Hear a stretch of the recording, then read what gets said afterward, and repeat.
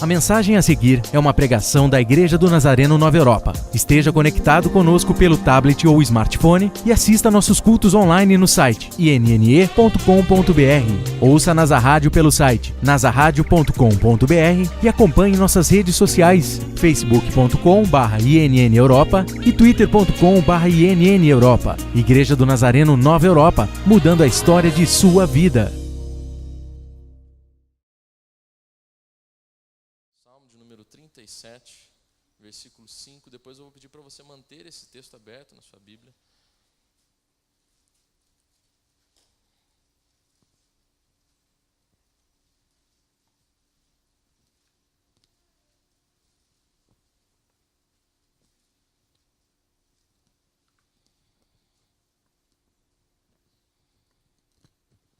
Salmo 37, 5 diz assim: entrega o teu caminho ao Senhor, confia nele e o mais ele fará.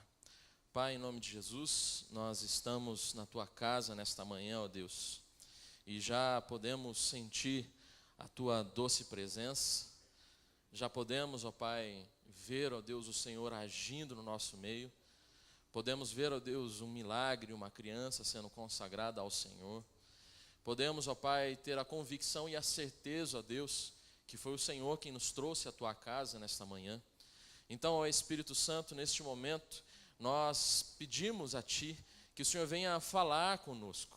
Que o Senhor venha, ó Deus, através da minha vida, Senhor, através do meu testemunho e da Tua palavra, Senhor, falar com aquele que necessita nesta manhã, que talvez hoje se achegou aqui buscando, ó Deus, Pai, uma direção para a sua vida, buscando, ó Deus, uma resposta, ó Deus, diante de alguma situação que está passando, e nós cremos que o Senhor é poderoso para fazer isso. Então, em nome de Jesus, nós consagramos esse tempo ao Senhor. Queremos, ó Deus, repreender toda e qualquer, ó Pai, intenção do inimigo para confundir, ó Deus, para impedir, ó Deus, o entendimento, ó Pai, que neste momento, Senhor, os problemas, ó Pai, toda a confusão de mente, ó Deus, tudo, Senhor, seja colocado de lado, Senhor, para que haja um entendimento claro da Tua boa, perfeita e agradável vontade. Senhor, em nome de Jesus, fala conosco, é o que nós te pedimos. Amém e amém. Quando eu penso no meu testemunho, é fato que talvez enquanto eu fale, você vai pensar um pouco na sua vida, no que Deus tem feito com você, ou que talvez o que você gostaria que Deus fizesse na sua vida e através da sua vida. Fato é que todos nós pensamos. E a palavra vida no dicionário, ele significa espaço de tempo compreendido entre o nascimento e a morte. Todos nós fomos presenteados por um espaço de tempo. E esse espaço de tempo está determinado pelo Senhor. Desde que você nasceu, até o tempo que foi determinado para o Senhor para Ele te recolher, você tem o seu livre-arbítrio. Você pode escolher o que você deseja fazer com a sua vida durante esse tempo. Nós temos hoje aqui uma criança que acabou de ser consagrada, 7 para 8 meses. Temos a irmã Maria Isabel, que não está aqui hoje, mas servindo ao Senhor com 86 anos. Não importa o espaço de tempo em que você está vivendo. Pode ser que você seja um jovem, uma criança. Pode ser que você já seja uma pessoa que já está ali nos seus 80 e poucos anos. Você ainda está no espaço de tempo determinado por Deus na sua vida. E a questão é o que você ainda pode fazer com a sua vida. O que você pretende fazer com a sua vida com o tempo que ainda lhe resta. Vou contar para vocês um pouco da minha história. Eu venho de uma família de pais separados. Meus pais se separaram quando eu tinha 4 anos de idade. Tenho poucas recordações desse tempo da minha vida. Dos meus 4 anos aos meus 8 anos, eu vivi com a minha mãe. Nós somos em 3 irmãos do primeiro casamento. Eu tenho 2 irmãs mais velhas. Eu sou o caçula do primeiro casamento. O segundo casamento do meu pai, somente meu pai se casou de novo. No segundo casamento do meu pai, ele teve mais 2 filhas.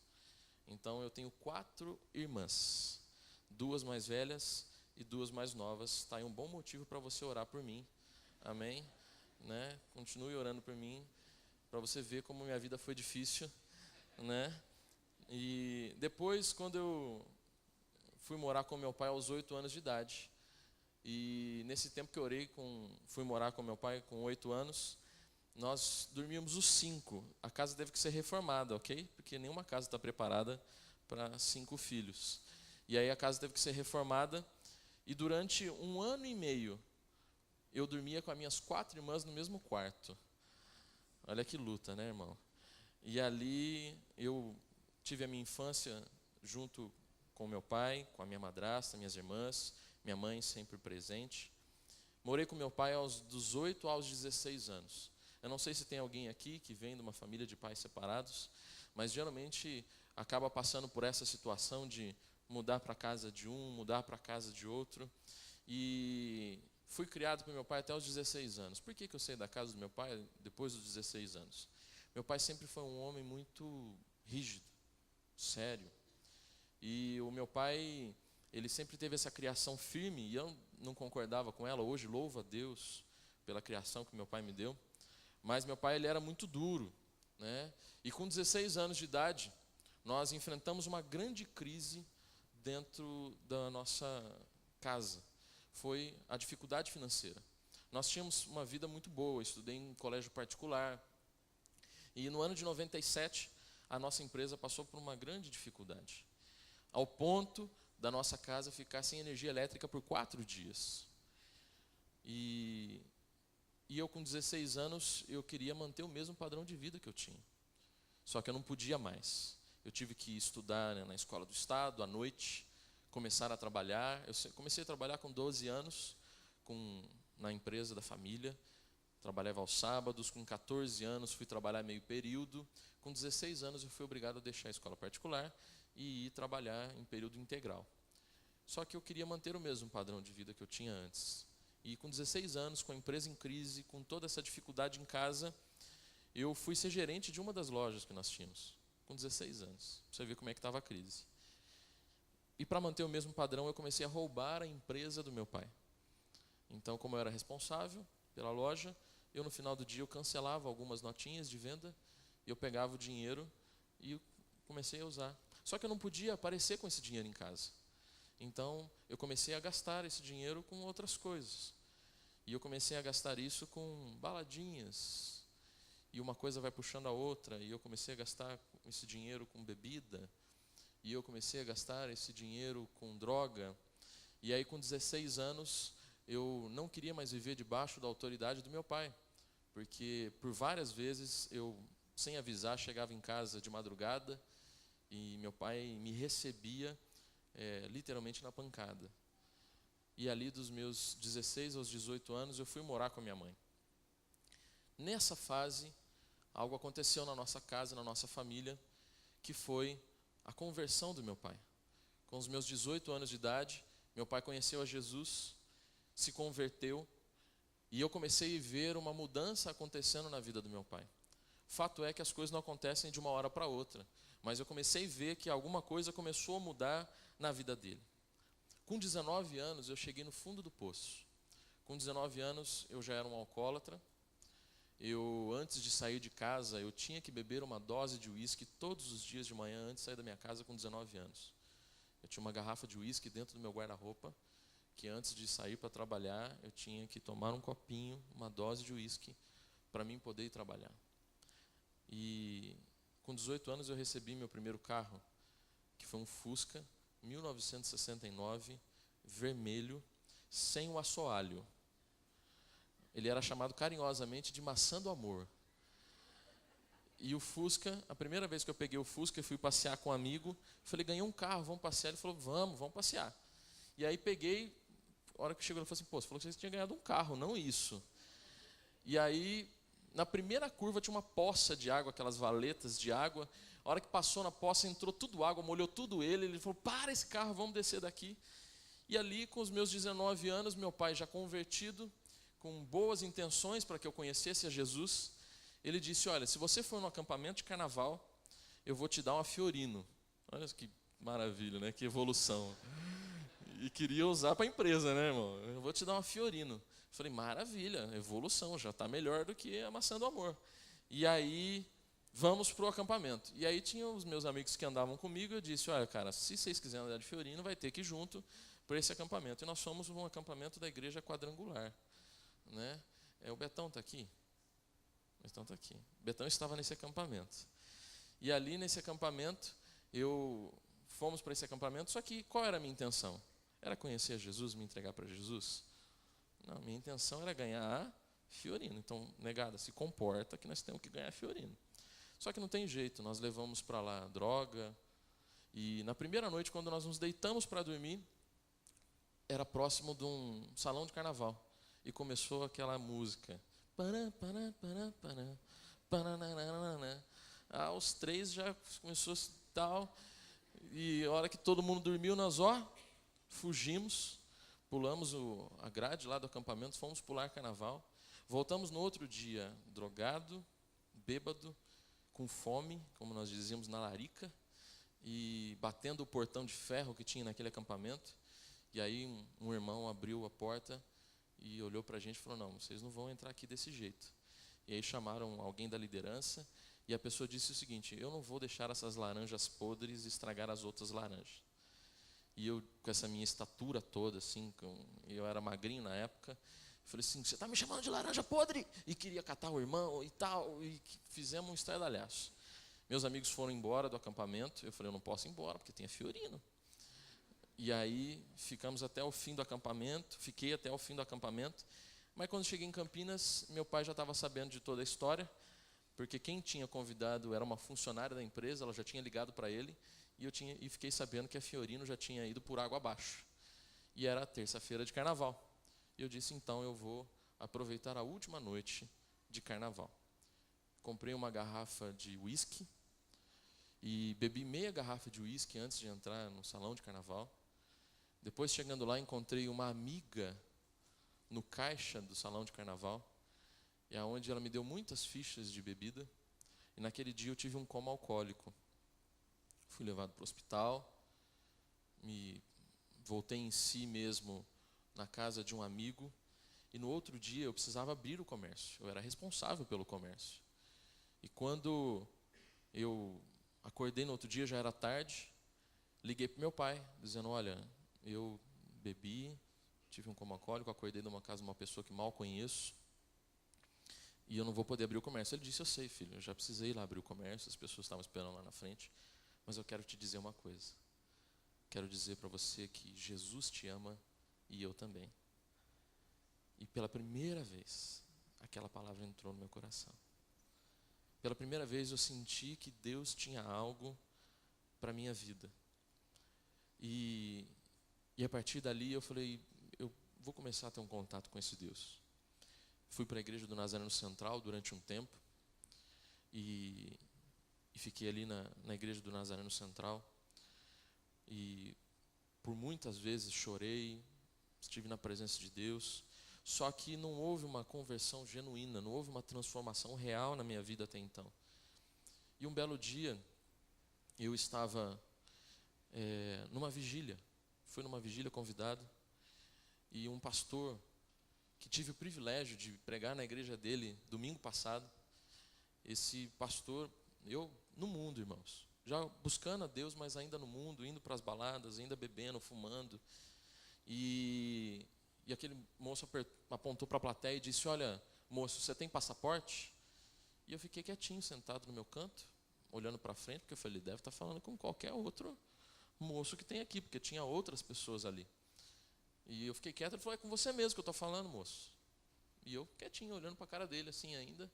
Ele falou, roupa tal. Eu falei, então sou eu. Você tem passaporte? Eu falei, não tenho. Deus está me mostrando que você vai pregar em outras nações.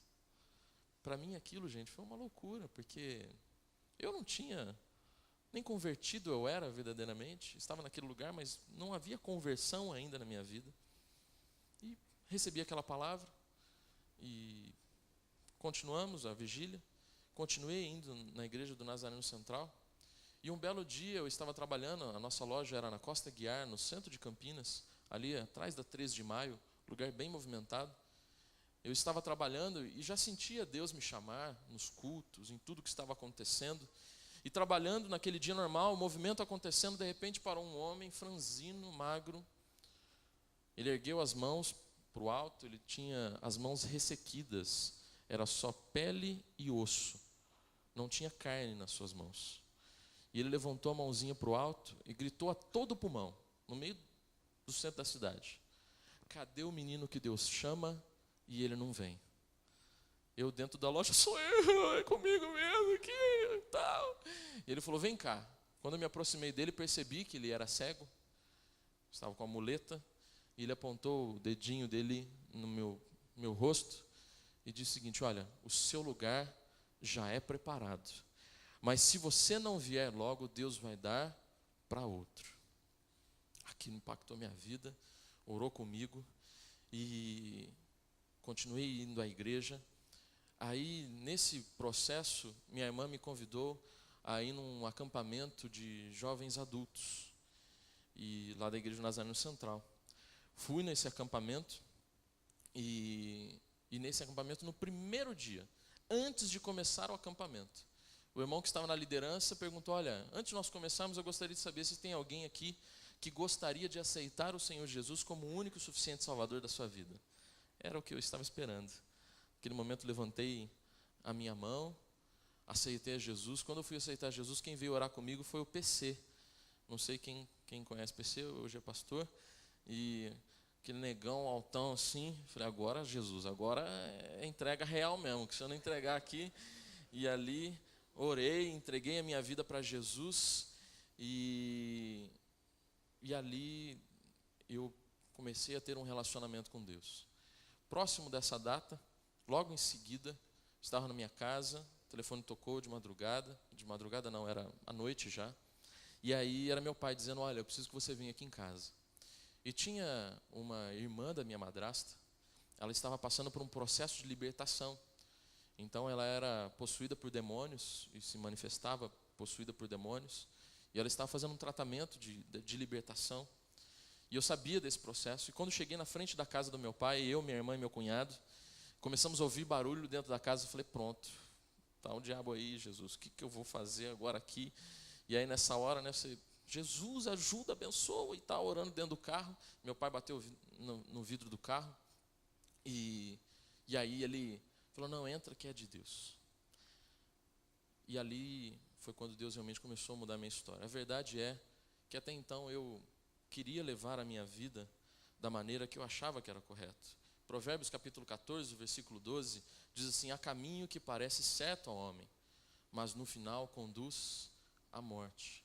Até então eu estava vivendo dentro do meu livre-arbítrio, achando que eu deveria fazer o que eu bem entendia, um jovem querendo realizar os seus sonhos, aproveitar a vida, achando que eram caminhos certos aos meus olhos, mas era um caminho que estava me conduzindo à morte. Em Jeremias 17:5 diz: maldito o homem que confia no homem, maldito o homem que confia no homem. Então até então eu vim levando essa minha vida, mas a verdade é que Deus tinha um plano para a minha vida, como tenho convicção que Ele tem um plano para a sua vida. Se você está aqui hoje, eu tenho certeza que Deus tem um plano para a sua vida. Talvez você tenha levado a sua vida da maneira que você bem entendeu até agora, mas hoje o Senhor está usando para falar com a sua vida, assim como um dia uma pessoa foi usada para falar com a minha. E naquele dia, quando eu cheguei na casa do meu pai, eu entrei, meu pai chorando muito, e meu pai mora de frente para John Boy Dunlop, e minha irmã de 13 anos de idade saiu de dentro da casa do meu pai, na garagem, na frente da John Boy Dunlop, saiu de lá tocando um pandeiro, dançando e cantando em espírito, e ela me abraçou. Na hora que ela me abraçou, eu já fui cheio do Espírito Santo e comecei a chorar muito. Meu cunhado, que estava do lado, começou a cogitar, dizendo: Senhor, será que isso vem do Senhor mesmo? Se for de Deus, me dá um sinal que isso é do Senhor. Minha irmã me soltou, abraçou ele foi batizado no Espírito Santo, com dom de línguas. E ali começou um grande mover de Deus. Minha irmã voltou para dentro de casa, pegou uma Bíblia, e como se alguém fosse te dar alguma coisa, mas não solta, eu segurei a Bíblia, e ela também, ela bateu a mão no meu ombro, eu caí de joelhos, e ela batia na Bíblia e gritava bem alto: prega! Prega, prega, e batia na Bíblia e gritava bem alto: prega. Aquele dia foi o meu chamado ministerial, e eu ali chorando muito. O que tinha acontecido naquela noite é que meu pai, minha irmã de 13 anos, minha madrasta e a irmã da minha madrasta, tia da minha irmã, foram para a igreja para fazer esse processo de libertação. E no retorno da igreja, minha irmã começou dentro do carro a cantar um cântico, um louvor. E o demônio se manifestou dentro do carro de novo. Meu pai, recém-convertido, sem entendimento, repreendeu a minha irmã, dizendo: quem mandou você cantar esse louvor? E agora, o que nós vamos fazer aqui, dentro desse carro? E aí eu queria ter filmado essa situação, porque a hora que ele entrou para casa, imagina como é que foi a cena, né? Eles saindo um para cada porta, demônio para um lado, eles para o outro. E minha irmã, muito chateada com aquela situação, entrou embaixo da escada de casa, se prostrou e disse para o Senhor: Senhor, eu não queria ter feito isso. Me ajuda de alguma forma para resolver essa situação. E aquela menina de 13 anos disse que sentiu o Espírito Santo tomar a vida dela. Se levantou debaixo daquela escada, fez o processo de libertação. Aquela moça foi liberta daquele demônio pela vida da minha irmã. E ali o Espírito Santo começou a fazer uma limpeza na casa do meu pai. Minha irmã de 13 anos começou a limpar a casa. E meu pai foi maçom, eu fui Demolei, não sei se tem alguém que foi maçom, conhece Demolei, né, uma associação secreta. E meu pai, quando se converteu, depois ele já tinha jogado tudo fora da maçonaria. Mas como nós temos empresa há muito tempo, meu pai tinha muitos documentos em casa. E a minha irmã pegou meu pai pela mão, foi até aquele local onde ficavam os documentos, e ele disse: procura. E ele falou: são documentos, procura. Aí ele procurava, achava um livro da maçonaria. Ela pegava aquele livro da maçonaria, foi até o fogão, acendeu a boca do fogão, colocou o livro em cima da boca do fogão, pegando fogo, e vamos embora que tem mais coisa. E achou alguns livros da maçonaria e botou fogo ali. Ia nos armários, pegava discos, situações específicas, quebrava aquelas coisas. Quando eu morava com o meu pai, meus 16 anos, menino do mundo, eu tinha uma coleção de revista pornográfica. E quando eu mudei de lá, eu tinha feito um fundo falso dentro do armário, do meu armário, no armário de madeira. Ninguém sabia daquilo. Minha irmã, de 13 anos, foi lá, levantou aquele fundo falso, e ali tinha aquelas revistas pornográficas. Ela pegava de 2, 3 revistas, rasgava de 2, 3 revistas, jogava no chão, cuspia em cima, e o Espírito dizia: eu tenho nojo disso, eu tenho nojo disso. E foi um processo assim, tinha imagem de anjo em cima da penteadeira do meu pai, pegava aquele quebrava na parede, e foi fazendo uma limpeza na casa. Quando chegou no meu armário também, tinha um pandeiro, que hoje não parece, mas eu já tive um corpinho um pouquinho melhor, eu fiz capoeira. Então tinha o pandeiro da minha capoeira. Quando chegou naquele pandeiro, meu pai falou: agora esse pandeiro vai voar. E aí ela pegou aquele pandeiro e começou a cantar e a tocar no Espírito. E aí ela chegou até uma foto minha e disse: meu pai, chama. E foi quando ele me ligou e eu fui para lá. Naquele dia eu tive a minha grande experiência com Deus. Entreguei a minha vida para Jesus, e naquele dia eu resolvi realmente começar a andar com Deus. E quando fui naquele acampamento de jovens adultos, logo em seguida eu comecei a namorar. E porque uma das coisas na minha vida que eu tinha dificuldade era em relação a bebida, droga e mulher. E fui no acampamento e já comecei a namorar com uma moça. E essa moça terminou comigo, eu sofri bastante. E o Espírito Santo ministrou no meu coração: olha, é tempo de você me buscar. E eu fiz um propósito com Deus de ficar 1 ano sozinho. E dentro desse propósito, comecei a buscar a Deus. Aquele irmão, aquele cego que profetizou na frente da loja, aquele irmão, ele se tornou meu amigo. E ele tinha um dia certo que ele ia no nosso comércio. Todos os dias eu colocava um banco para ele atrás da fila do caixa. Então ele sentava naquele banco, cego, atrás da fila do caixa. E sempre, de vez em quando, ele puxava uma pessoa e ministrava na vida daquela pessoa. Não foi nenhuma nem 2 vezes que eu vi ele ministrar sobre gravidez, dizendo: moça, você está grávida, será um menino, e põe o nome tal. E me recordo de uma das vezes que a moça começou a chorar muito e falou: o senhor não sabe o que eu estou passando. Estou fazendo tratamento há muitos anos, nós já abandonamos o nosso tratamento, não tem como eu ter filho, o senhor é um mentiroso e tal, e saiu embora chorando. E 1 mês depois aquela moça voltou. Cadê aquele moço que estava aqui aquele dia? Eu estava grávida e não sabia. Profeta de Deus, homem de Deus. E ali, quando eu me converti, eu comecei a dar o meu testemunho. E eu comecei a dar o meu testemunho em algumas cidades. E comecei a viajar a algumas cidades da região, através do ministério chamado Adonep. E através da Adonep, eu me tornei representante regional da juventude. E eu ia em muitas cidades, organizava eventos para falar de Jesus e contar o meu testemunho. E eu ia dar o meu testemunho e eu conhecia a Roberta. E ela ministrava o louvor e eu dava o meu testemunho. E foram meses assim, nós dois viajando e dando o testemunho, ela ministrando. E eu comecei a ter sentimento por ela. E um dia o irmão Renato, você chegou de novo na empresa, disse, olha irmão, mas hoje eu vim falar com você.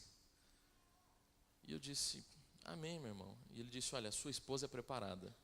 E a voz dela agrada o seu coração e agrada ao coração de Deus. Eu falei, glória a Deus, já sei quem é, a irmã, tudo certo, fechado, fechou, Deus é nós. E ali, falei, agora vou falar com a irmã, né? E ele disse, só que você não vai falar com ela. Você vai esperar a irmã vir falar com você. E o dia que isso acontecer, você vai ler esse texto bíblico. E o dia que isso acontecer, eu vim aqui buscar as boas novas para mostrar como isso é de Deus. Falei, amém, irmão, esperar a irmã vir falar. Glória a Deus. Jejum, irmão. Comecei a jejuar 3 meses depois. A irmã achava que eu era o crentão, irmão, porque onde eu ia com a Bíblia. Ah, precisamos combinar alguma coisa. Vamos, irmão, eu levar a Bíblia, porque se Deus falar, eu preciso ler o texto bíblico. Então, qualquer restaurante que tinha, que acontecia, ó a Bíblia embaixo do braço. Pô, esse é crente mesmo. Eu descia no restaurante com a Bíblia, comia, não mexia na Bíblia, nada e tal, voltava com a Bíblia. E um belo dia nós fomos almoçar ali naquele restaurante Panela de Barro, no Castelo. E aí, desci com a Bíblia embaixo dos braços, como sempre. Falei, é hoje, Jesus é hoje e tal. E ali, pegando a comida, né, com a Bíblia embaixo do braço e o prato. E aí, a irmã começou assim, você acha normal, 2 jovens, assim, tá sempre junto. Eu tinha uma caminhonete S10 nessa época, tá vendo como Deus já estava abençoando, já estava com a caminhonete S10. E ali, eu tinha aquela caminhonete S10. E ela falava, você acha normal nós 2 jovens sair juntos assim, tá sempre junto e não fala nada? E eu já estava orando para Jesus dar um espaço, sabe, irmãos? Porque nós conversávamos só sobre as coisas de Deus. Entrava na caminhonete, Jesus, Jesus, e Jesus, e Jesus, e eu já estava, Jesus, dá um espaço, dá uma brecha para mim entrar nesse negócio. E ali, ela falou assim, você acha normal? E eu assim, acho sim, irmão, normal, 2 crentes juntos, não posso falar nada. Tal. E ela falou assim, eu não acho. Então, irmãs, minha esposa me pediu em namoro. E aí ela falou e disse, olha, eu não acho normal 2 jovens ficar saindo juntos assim. Eu falei, amém, irmã, glória a Deus, né? Deu uma sapateada dentro do restaurante, sentei, abri a Bíblia, contei para ela do testemunho e disse, olha, só que o irmão Renato, ela não conhecia o irmão Renato, mas já o sabia por causa do meu testemunho, e ele disse que ele viria buscar as boas novas. Aquele texto era o texto por qual ela orava, pedindo o marido, e aí fui para a empresa. Naquele dia, irmão, quem disse que eu trabalhei depois do almoço? Eu fiquei na frente da loja no comércio, olhava para um lado da rua, falava, Jesus, não deixa esse cego virar a rua errada, Jesus. Ajuda ele a virar a rua certa e tal. E não era dia dele ir lá, porque ele ia sempre de terça-feira, era uma quinta-feira. E deu 15:06. Precisava fechar o comércio. Entrei e 5 minutos depois ele gritou lá da frente da porta, irmão, paz do Senhor, vim buscar as boas novas. Na hora peguei o telefone, liguei para ela conversou com ele, nós oramos e aí nós começamos a andar com Deus. Então eu resolvi, como disse lá no texto de Salmo 37:5, entrega o teu caminho ao Senhor. Eu entreguei a minha vida para o Senhor. E o texto diz, confia nele. E eu comecei a levar uma vida de confiança em Deus. E eu comecei a servir a Deus com fé. E num determinado dia, nessa época, eu já estava na igreja dela. Quando nós começamos a namorar, eu frequentei o Nova Europa, fiz uma viagem com o Nova Europa para Belo Horizonte. O pastor Ismael também foi nessa viagem. Frequentava o Nova Europa e quando eu comecei a namorar com ela, o pastor Edmar me emprestou para o Jardim Olina. Ele disse que nunca aceitou minha transferência, me emprestou para o Jardim Olina, que era a igreja dela, porque nós tínhamos convicção que ela viria para cá, quando nós começamos a namorar, só que a igreja dela não tinha ministério de jovens, e o pastor de lá, sabendo que eu organizava esses eventos, ele disse, você não pode organizar um evento evangelístico aqui para jovens? Eu falei, posso. E aí organizamos um evento, no meio do evento eu estava em cima na mesa de som, e o Espírito Santo falou comigo, é para você vir para cá. E aí fui para o Jardim Olina, fiquei lá por 11 anos. e depois voltei para cá. Eu vou contar para vocês essa história. E então fui para o Jardim Olina, organizando um acampamento de carnaval do Jardim Olina no ano de 2003. E aconteceu um grande desastre na nossa empresa. No ano de 2003, nós tivemos, não sei quem se recorda aqui, daquela grande enchente que teve em Campinas em 2003. O nosso comércio ele ficava ali na Avenida Orozimbo Maia. E no nosso comércio teve aquela enchente dentro da loja, deu 1,20 m de água. O nosso estoque ele é no fundo da empresa, o terreno ele é em declive. Lá no fundo, no nosso estoque, deu 3,5 m de água. Perdemos carro. Nosso comércio todo literalmente foi por água abaixo. E nós perdemos tudo. Quando eu ficava na loja do centro, quando eu fiquei sabendo da enchente, tentei chegar até a loja da Orozimbo Maia, não consegui chegar, cheguei a pé, com água acima da cintura. E quando eu vi toda aquela situação, eu entrei num desespero, comecei a chorar muito. E meu pai foi usado por Deus mais uma vez, e ele disse: olha, filho, a questão aqui não é que Deus iria nos tirar dessa enchente. A diferença que Deus vai fazer na nossa vida vai ser no reerguer. E o Senhor irá nos reerguer. E naquele momento o meu coração foi cheio de fé e confiança em Deus. Isso era 2003, o meu casamento estava marcado para janeiro de 2004. E eu falei: como vai ser agora? Acabou tudo. Mas o meu coração se encheu de fé. Nós começamos a enfrentar todas aquelas dificuldades da enchente. Me casei em janeiro de 2004. Trabalhei até 3h30 da manhã do dia anterior do meu casamento. E pastor pregando, quem vê a fita do meu casamento viu assim. Meu casamento foi lindo, coral de Coroca de Miel cantou. Pastor Edmar tinha um casamento já marcado antecipadamente, mas depois foi na minha festa. E eu pude experimentar dessa bênção de Deus sobre a minha vida. As promessas de Deus se realizando. E 1 ano e meio depois de nós casados, nós começamos a querer ter um filho. Começamos a sonhar por ter um filho. A Roberta começou a fazer um tratamento para nós termos um filho, porque nós já havíamos tentado durante um tempo. Cerca de 1 ano e meio de tratamento, ela fez muitos exames muito difíceis. E um dia à noite, ela foi convidada para ir numa vigília. E eu não pude ir, porque eu tinha que trabalhar no dia seguinte. E ela foi naquela vigília. E diante daquela vigília, aquele irmão usado por Deus, e uma manifestação um pouco diferente do que nós estávamos acostumados, ela achou um pouco estranho, pensando em ir embora. Ela falou: se esse moço falar coisas que não são de Deus, nós vamos embora e tal. E aquele moço chegou para a vida dela e falou: moça. Aí a irmã que tinha convidado ela para ir na vigília, que estava buscando um negócio lá, já sou eu aqui. Não é você, é do lado. E era com a Roberta. E aí o Espírito Santo começou a usar a vida daquele moço e disse: olha, moça, eu vejo que você tem passado por muitas dificuldades. Vejo uma pilha de exames, né, moça? E aí ela já começou a chorar.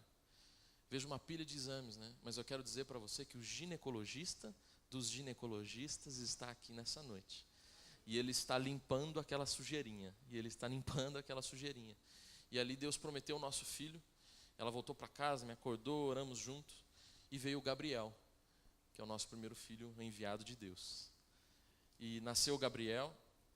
Depois disso, nós preocupados com o segundo filho, tivemos dificuldade no primeiro, né? Vamos começar a tentar um pouquinho antes, né, para que venha. E aí no primeiro mês a Rafaela veio, né? Que é Rafaela, Deus curou, né? E Deus curou a minha esposa e veio a Rafaela. Então, quando nós confiamos em Deus, nós entregamos a nossa vida verdadeiramente para o Senhor Jesus, começamos a ter uma vida de fé. Hebreus 11:1 diz assim: ora, a fé é a certeza daquilo que esperamos e a prova das coisas que não vemos. Nós começamos a experimentar algumas coisas de Deus. Eu não sei se talvez você já tenha andado na fé, tem passado por algumas dificuldades. Eu quero dizer para você que você não deve abandonar essa fé. Pode ser que pessoas já decepcionaram você, pode ser que igrejas já decepcionaram você, homens de Deus talvez tenham decepcionado você, mas eu quero dizer para você que o Senhor, Ele não nos decepciona.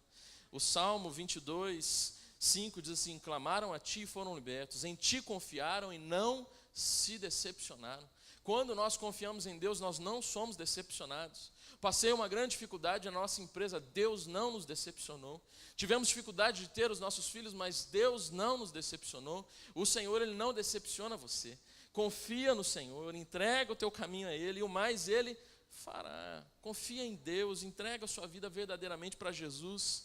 Eu tenho certeza que você não será decepcionado. O caminho da fé, irmão, não vou dizer para você que é um caminho fácil. Não é um caminho fácil o caminho da fé, mas é um caminho onde nós vivemos de vitória em vitória. Eu creio que quando nós estamos diante de Deus, nós passamos sim por dificuldades, mas o Senhor está conosco, nós não estamos sozinhos. Nós não vencemos as nossas batalhas pela nossa própria força. É o Senhor quem luta as suas batalhas. Foi Deus quem lutou as minhas batalhas e Ele tem lutado as suas batalhas. Persevere, continue diante de Deus, confia nele e você vai experimentar grandes milagres de Deus, assim como eu experimentei na minha vida. E o texto diz lá, entrega o teu caminho ao Senhor, verdadeiramente. Confia nele e o mais Ele fará.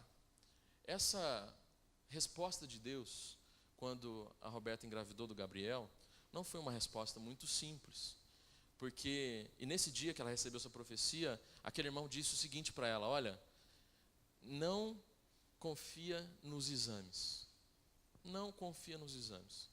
E aí, fazendo um tratamento, tínhamos um encontro de casais, onde ela ia ministrar o louvor. E no dia antes do encontro de casais, ela fez o exame de sangue e mais uma vez deu negativo. E ela ficou muito triste. Oramos, fomos para o encontro de casais, servimos a Deus ali, voltamos do encontro de casais, mais um exame de sangue. Segundo exame de sangue, resultado negativo. Só que ela não estava tendo o ciclo menstrual dela. E ela procurou a médica dizendo, olha, a médica disse, nós vamos ter que tomar um remédio para forçar o seu ciclo, para nós continuarmos o tratamento. E ela tomou esse remédio para forçar o ciclo e nada aconteceu.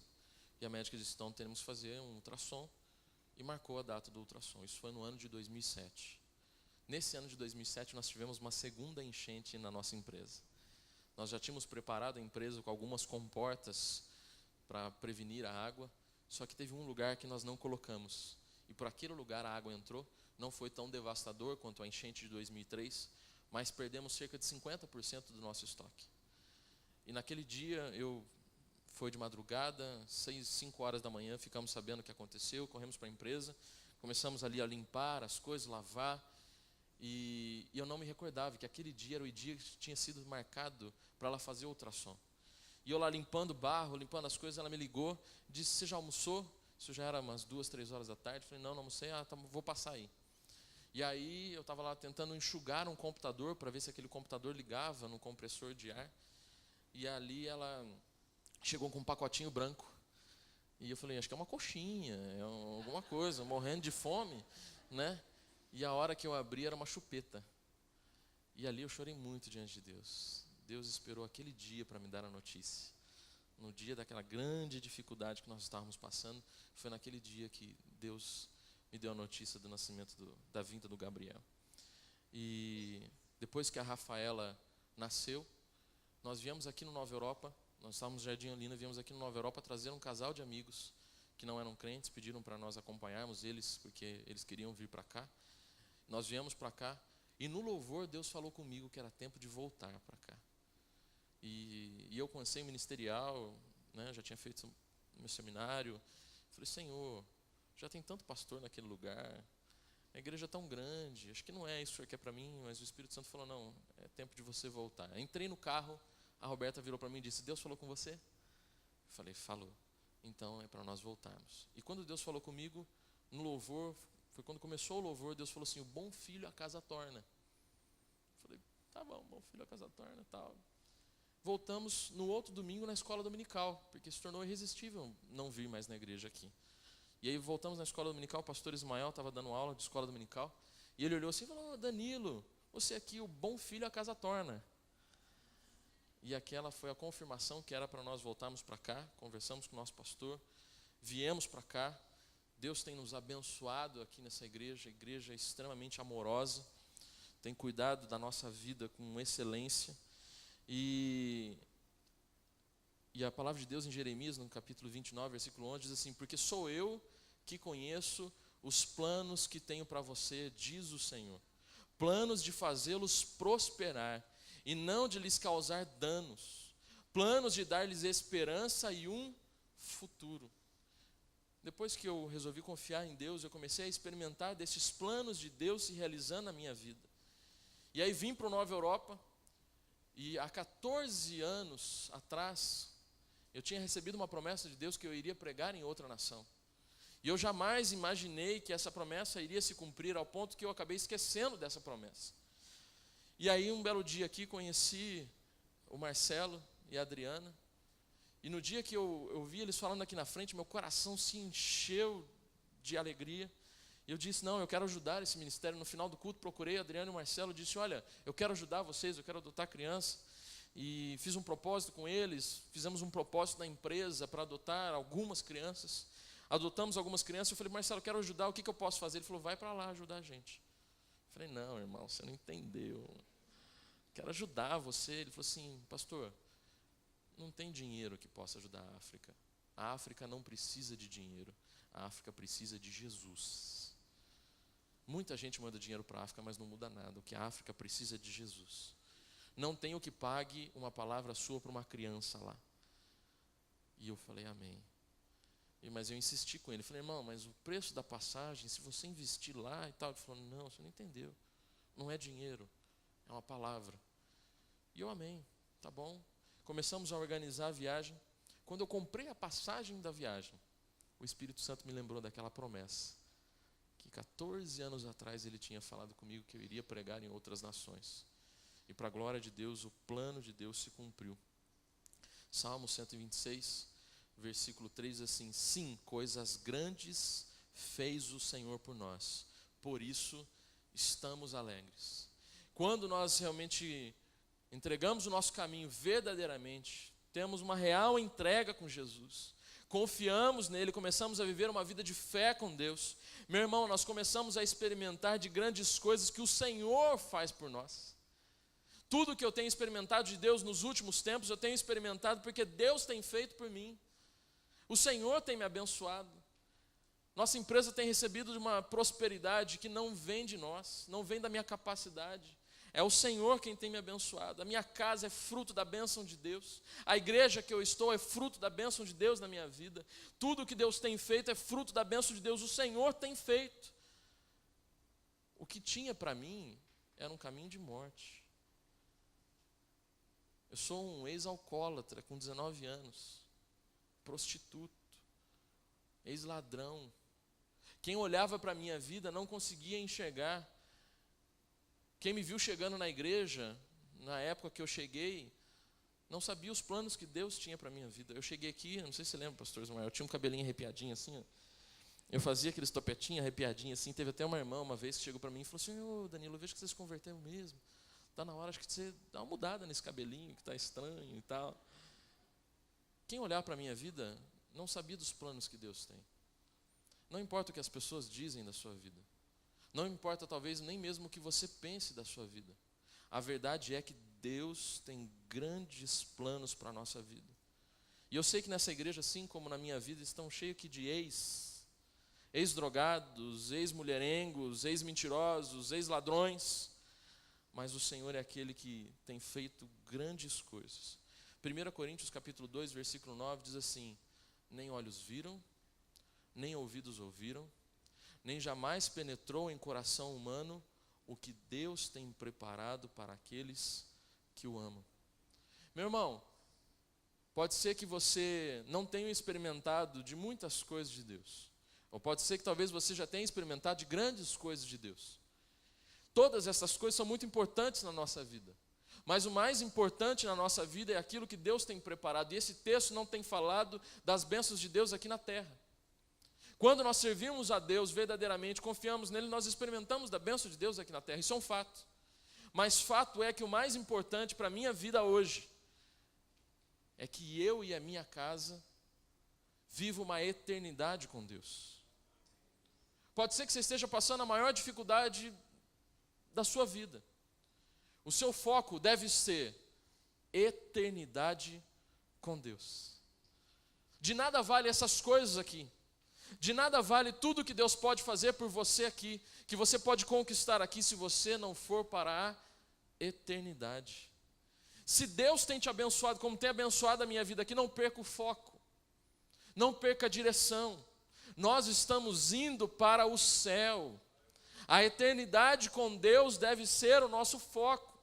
Tem muitas pessoas que, quando começam a receber as bênçãos de Deus, se distanciam dos caminhos do Senhor, esfriam, não pregam mais como pregavam antes, não oram mais como oravam antes na dificuldade. Meu irmão, em nome de Jesus, não perca o foco. Todas estas coisas são importantes. Tudo que Deus fez na minha vida é importante, mas mais importante do que isso é o meu foco na eternidade com Deus. O Senhor Jesus está voltando. Ele virá buscar a sua igreja. Você está preparado? Você está pronto para que Ele venha te buscar? Irmão, o Senhor Jesus está voltando, querido.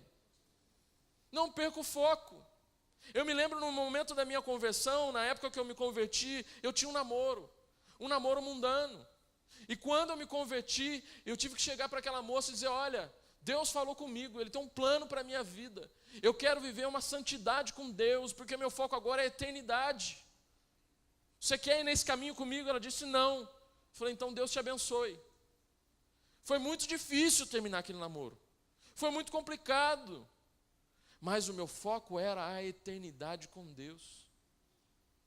Fiz a melhor escolha da minha vida, que foi viver em santidade com Deus.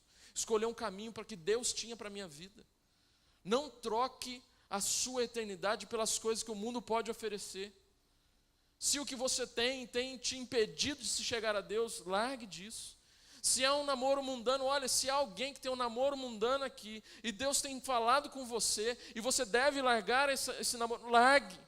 Escolha Jesus, escolha a eternidade. Jugo desigual não tem como andar junto, luz e trevas não combina. Escolha Jesus. O Senhor vai te abençoar. A sua esperança não deve mais estar em pessoas. A sua esperança não deve mais estar em coisas. Sua esperança tem que estar em Deus, em Jesus Cristo, na eternidade com Deus.